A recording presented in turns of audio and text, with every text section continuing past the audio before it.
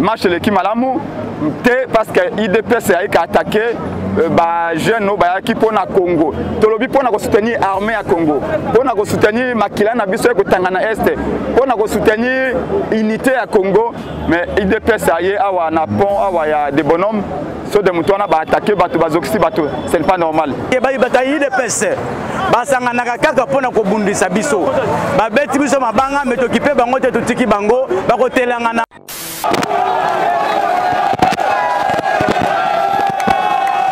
Nous doit soutenir toujours FRDC. Quel que soit traitement ou quoi, nous sommes toujours derrière le FRDC. Parce que tout le temps on a confiance que c'est FRDC et puis ils peuvent faire quelque chose. Tous les gens qui ont fait ça, les alliés ont fait ça, soutien. Total, ils savent que le peuple azali simana bango pour être sala musala na bango o bandima ki ko sala pona ekolo. Te armée à Congo garande ko takisa makila pona Congo. Armée à Kenya te, à Rwanda te, à Ouganda te. Donc nous sommes tous derrière l'armée et derrière nos frères de l'Est. Celui qui va protéger le Congo, c'est le peuple congolais et son armée, c'est tout. Et ça force me soutenir.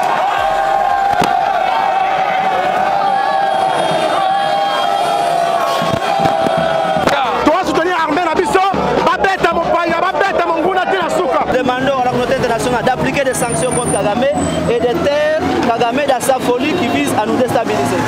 Et ça, normalité, Bunagana est occupé pendant une semaine à Maboka et l'ennemi. Le lobe Bunagana est occupé par le Rwanda, parce qu'ils ont même pas taxe. Ça dit que Mboka Nabiso est sous grandeur Nangote. Donc nous devons lutter pour assurer grandeur à Congo. Tozabi Kolomi Balete, Oyo Tokabolana Kagame, Kagame Azwa Kamatango, Ame Mananga Munaye.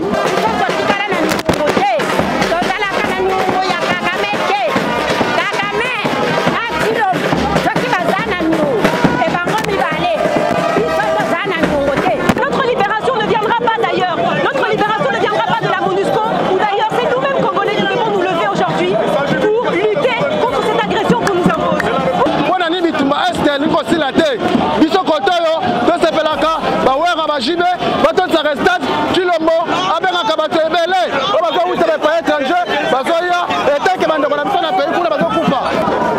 Contre l'agression rwandaise, l'agression rwandaise. Le peuple congolais s'exprime déjà dans la rue. Et ça, message, plus question, il y a armée à coalition. Combien de la mission, l'armée à Afrique qui vont battre. Les FRDC sont capables, il y a pas de plus jamais, il y a Rokabola, il y a Zom Namaboye, il y a Mboka Nabiso, et c'est Barwane Bazwango, Mboka Oze Chilombote, Mboka Oyo, et ça y a Mbosote. Nous devons marcher contre le peuple rwandais, nous devons marcher contre le régime à Kagame. On a posé un changement total. Kagame, n'a pas dit combien de fois? 3 fois. Ozak Mboka na biso, Mboka bakoko na biso. Ozana eloko ata moko te ya kosala, oza puissante.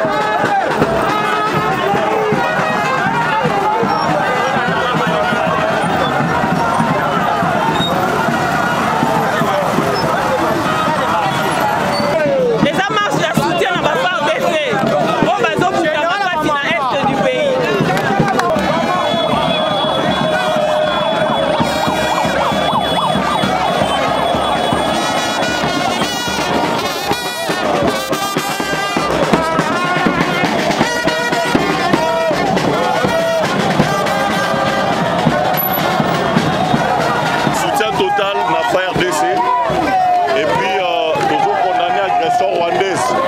Il y a toujours marché le lot.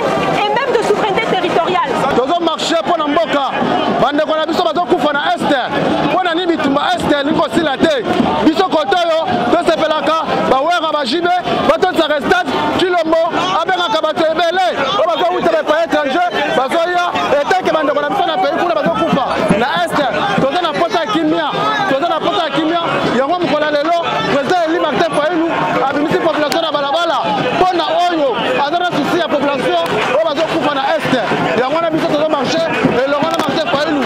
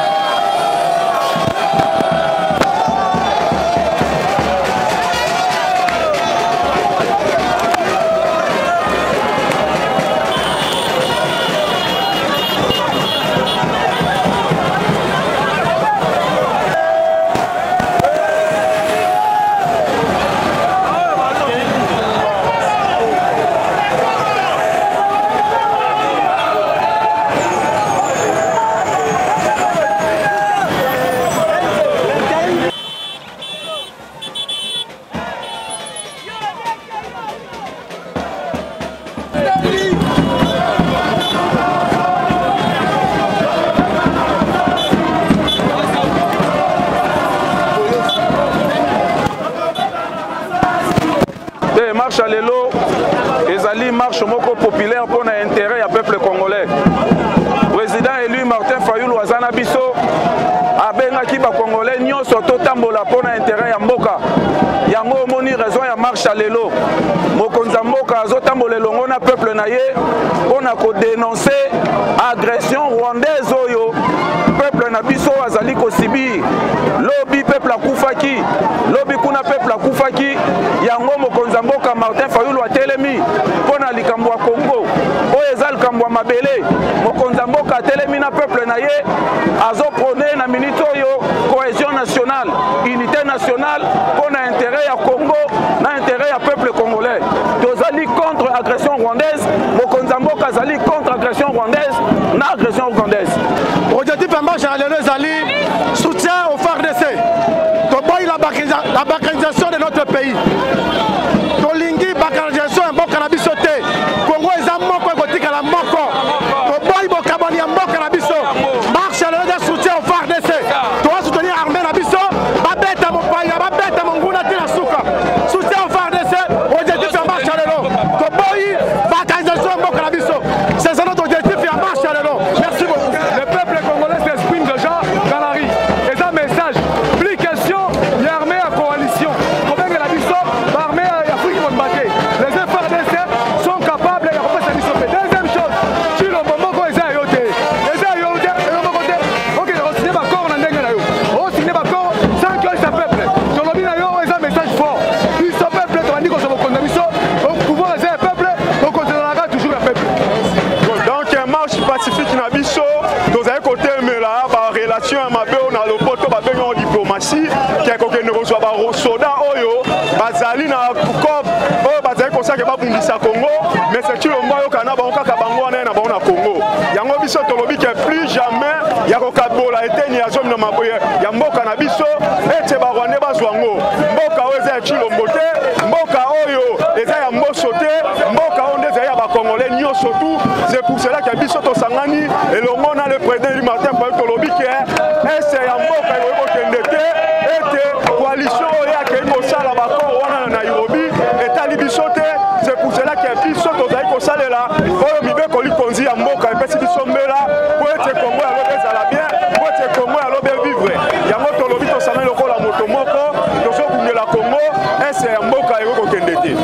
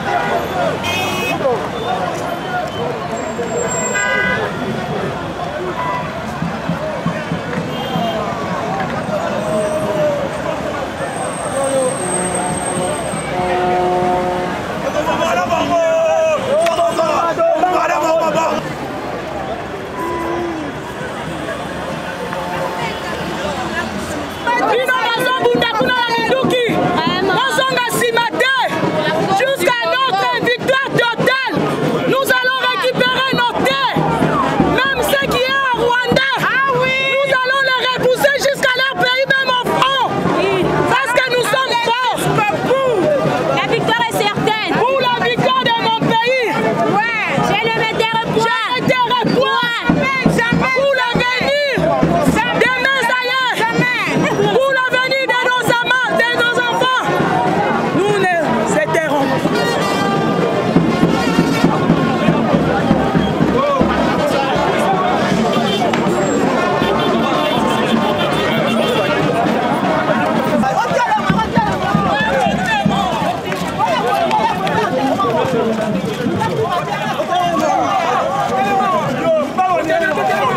Filmez, bravo, bien.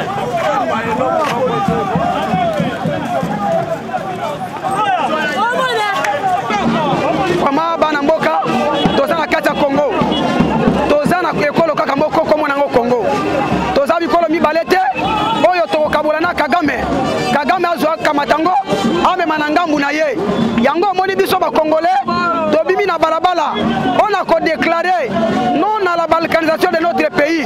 Nous voulons que notre pays soit uni totambola na munoko moko na ekolo moko Congo oyo bakoko batikela biso soki totie kimia Congo ekozala ndenge ezali yango tolobi non à la balkanisation, non aux accords de M. Tshisekedi.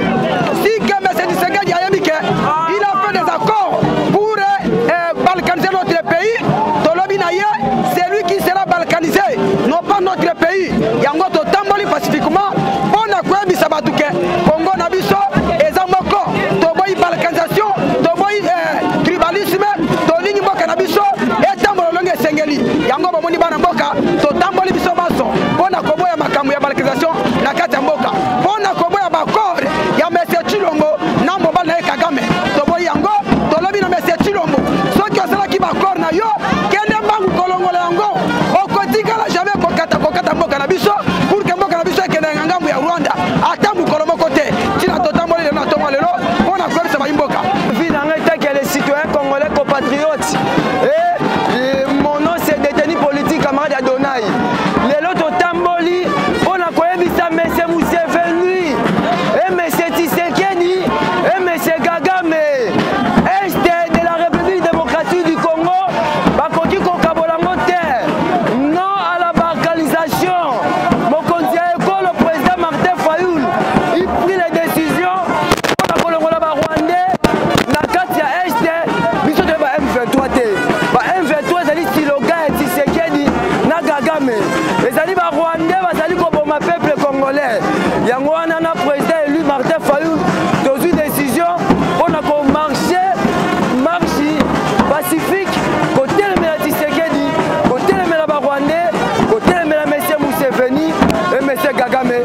Je vous les remercie. Marche lelo za Pacifique na président Eli Martin Fayoulou. Donc telemela M. Kagame, donc telemela M. Museveni, donc telemela M. Félix Tshisekedi. Les peuples nous ont déclaré par rapport à Mboka ko marché bien té. Yango donc telemela Congo na biso donc souffrir. Biloko ko mata chaque jour, donc lia bien té, donc pema kitoko té. Yango biso peuple congolais, o baza conscient, donc telemela Mboka na biso. Ngana za peuple congolais d'origine. Ngana zo lingana bakisa boye pona ba marche nyonso tozosala mboka na biso ezo marche bien te ba Rwandais Kagame azotinda ba Rwandais po bayiba ba cuivre na biso na ba coltan na ba manganèse biso moko tozo souffrir mais c'est Chilombo makendo sala ba corps na Kagame po akotisa batu bayiba matière na biso o ezanga Mohamed nazoloba pona libération na biso tozo souffrir ya kolia ezate total nde tonyoka ba santé toza nango tozo linga to remercier nanu Martin Fayoulou Madidi nanu toye lelo comme ba congolais nyonso pour activité oyo ezo engagé Congo toye kotelemela mongunda na biso ezali communauté internationale na ba Rwandais na ba Ougandais oyo bazosala ba manœuvre par rapport ya konéantir na est. Dans ce cas lelo tote mpona soutenir FARDC akende plus loin anticiper en plus na bon accord ya Nairobi bango bakota te bazala toujours libanda biso to sa continuer. Merci. Na lingna lo babo toza la marche toza mobiliser biso nyonso ba Congo de objectif moko ya koyebisa Kagame ke oyo azoluka na Congo akozwa yango te Congo eza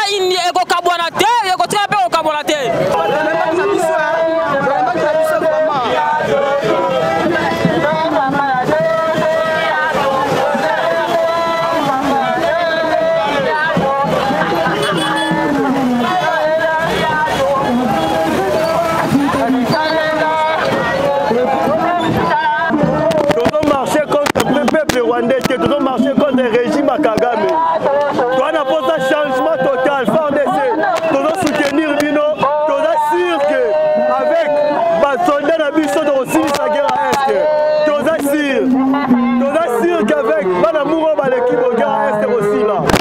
Donc on peut dire une chance, demandez à la population et ça pour que tu puisses faire des chances pour que va résoudre le problème de la Est. Toi n'a pas sa paix. Toi n'a pas sa paix. Et ça la Nabiso passe de maman dans l'Est.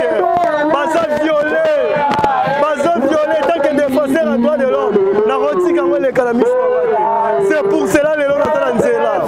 On a soutenu FARDC au nom de mon mouvement citoyen. La vie est sacrée. Merci beaucoup de Konala. Chez Pona, FARDC, Stoda Makasi, Pona Rwandais, Akima, Asika, Nabitumba, Otorobuna, on a Katia Esther. Attends la choix mon côté, il y a cause ma belle Nabiso. Attends un tiers, il y a parti ma belle Nabiso aux côté. Honorable Ntini pour le Basique Biso, Boké va le filtrer, va le côté na Katia Django. Il y a un autre Nabitumba, Tobani Bana Massina. Donc comme ici, on a 17e côté Lumumba Awa. Toda Nabitumba, ensemble de Nabiso. Ligue des serviteurs viva, Toda Bunda, l'Assemblée, la Katia Django. Merci beaucoup. Autour de l'armée congolaise et les Congolais disent non à la force régionale, les Congolais disent oui à la solidarité avec les peuples qui sont victimes de cette agression rwandaise et les Congolais dénoncent Kagame qui est l'acteur principal de cette agression. Nous demandons à notre armée de se sentir soutenue par les peuples, nous demandons à la communauté internationale d'appliquer des sanctions contre Kagame et de taire Kagame dans sa folie qui vise à nous déstabiliser. Voilà le principal message qui nous anime aujourd'hui. Information en Maro et si Elongwa. En tout cas, le président Fachi pesa armée na biso ba moyen pour ballon à Bitumba wana. Et ça normalité bunagane za la occupé pendant une semaine à maboka ya ba ennemi. Et ça normalité. En tout cas, ça les forces pour pesa armée manduki. Marché, to bandaki banda masina, on a soutenu toujours ba FARDC na biso. Le peuple gagne toujours, toza konzima to ko gagner Bitumba oyo. Mais en plus to ko kanga Kagame awa. Soué na biso eza ba Rwandais nyonso baza na Kini na Kinshasa babima. Marche na biso to lobaki oyo eza so pe 4e so pe 5e marche tozo marcher do moni population nyonso rejoindre na peine na biso ba mouvement citoyen ba bengaki. To bengi bango lisusu marche ya misi ya 6e koya to marcher pona ko benga na ba Rwanda nyonso na mboka la biso ingeta. Message à Moko, attitude militaire. Esprit de continuation sur attitude militaire. Rwandais nyonso et les citoyens congolais nyonso a adopté attitude militaire. Donc déjà on a vu la Kinshasa une grande délégation de la militaire congolais va rejoindre déjà à front. Alors et très libiso, autant tous a mobilisé par le Rwanda Barola Sima. Kagame, n'a pas dit combien de fois? 3 fois. Oh ezak mboka na biso mboka bakoko na biso. Ozana eloko ata moko te ya kosala, oza puissante tika ba stratégie militaire na wana. Ba message d'intimidation, ba message ya intimidation wana tika yango. Oza mboka na biso Congo to défendre yango tina suka. Ingeta.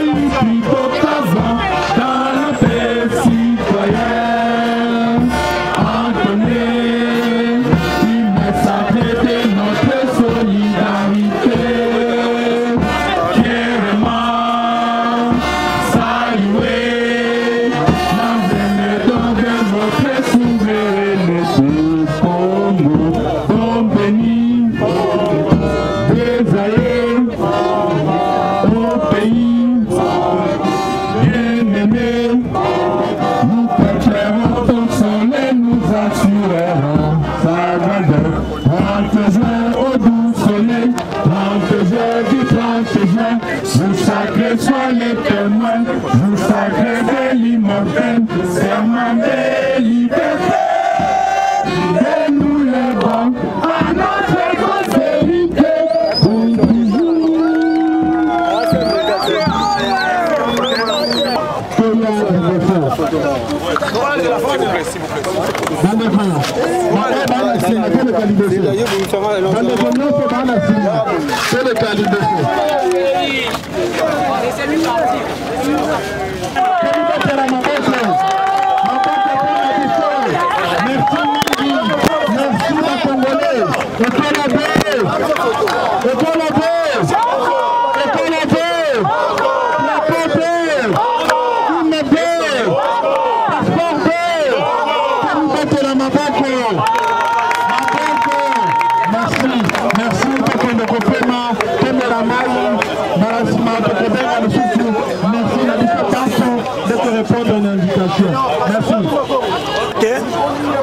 Soutien total toujours dans FRDC. Nous soutenir toujours FRDC. Quel que soit traitement ou quoi, nous sommes toujours derrière le FRDC. Parce que tout le temps on a confiance que c'est FRDC et puis ils peuvent faire quelque chose. Voilà pourquoi on est là. L'agression, nous disons non à la tuerie, nous disons courage à nos FRDC. Congo na motema, patriotisme na makila. Il y a que soutenir bandeko oyo bazali kobunda pona ekolo oyo tobengi ba FARDC parce que mboka na biso ezali sous occupation. Mboka na biso ezali agressé par les Rwandais, les Ougandais, les Burundais. Donc tolobi ke tozana eloko ya pesa bango te ezali nde to pesa bango soutien. Total isabango ke peuple azali sima na bango po ete basala musala na bango oyo bandimaki ko sala pona ekolo. Voilà pourquoi biso pe en tant que ba Congolais tolobi ke il faut se joindre na bango pour que to tambole longo na soutien ya ba FARDC na biso. Et puis to dénoncer parce que toyoki kuna na Nairobi mwana mboka Chilombo a loboko na mokanda oyo elobi ke basoda ya mboka Rwanda, ya mboka Burundi, ya mboka Uganda, ya mboka Kenya, ya mboka Soudan pe ya mboka Tanzanie baya lisusu na Congo. Awa na mboka na biso toza déjà na 20 000 casques bleus. Na mboka na biso toza déjà na ba Rwandais oyo ba agressa biso. Na mboka na biso toza déjà na ba Rwandais na ba Ugandais oyo ba infiltrer armée na biso. Na mboka na biso mapinga ya ba mboka wana ezali. Bon, baya na bango lisusu te. Tomoni ke masolo wana ezalaki malamu te. Yango tolingai pe toyebisa ya tika masolo wana. Apesa moyen na ba mapinga na biso pour que ba bundela ekolo. Voilà pourquoi to marcher les. Merci beaucoup. Comme vous le saviez, on est à notre 5e manifestation qu'on a commencé. D'abord, premièrement, c'est pour soutenir nos FRDC et pour défendre l'intégrité territoriale de notre pays et pour demander à notre gouvernement de rompre des relations diplomatiques et politiques et voire même économiques avec les Rwandais. Pourquoi? Comme vous le saviez, les Rwandais ont été nommément cités dans le soutien du M23, dans le soutien dans l'insécurité dans la partie est de la République. C'est pourquoi nous avions manifesté aujourd'hui pour ça, donc pour dire au gouvernement congolais de rompre des relations diplomatiques avec les Rwandais et surtout de soutenir nos FRDC et de montrer notre attachement aux valeurs républicaines et à la République. Kolmikoya bokomona kibisampi pananzela pona koloba ete armée à Congo karande ko takisa makila pona Congo, armée à Kenya te, à Rwanda te, à Ouganda te. Donc nous sommes tous derrière l'armée et derrière nos frères de l'Est. Merci beaucoup. Ouais. Oui, Toyaki ba jeune et un mouvement citoyen, organisation pour démocratie, ba benga qui président élu, ba le basta bango honneur, ba monaka ke longene na marche na bango pour l'intérêt à Congo. Yango Toyaki ko accompagner bango marche l'équipe malamu parce que IDPS a attaqué les jeunes qui sont au Congo. Tolobi pour soutenir l'armée à Congo, pour soutenir Makila na biso ko Tangana Est, pour soutenir l'unité à Congo, mais IDPS a na pont awa ya des bonhommes so de mutona ba attaquer batu bazoxi batu, c'est pas normal. Mais on va pas retenir ça. À la justice de faire son travail pour na biso Toboyi déploiement, il y a 7 pays, il y a communauté de pays de l'Est wana. Accord il y a Sikafeli auto signé na Kenya Toboyi yango.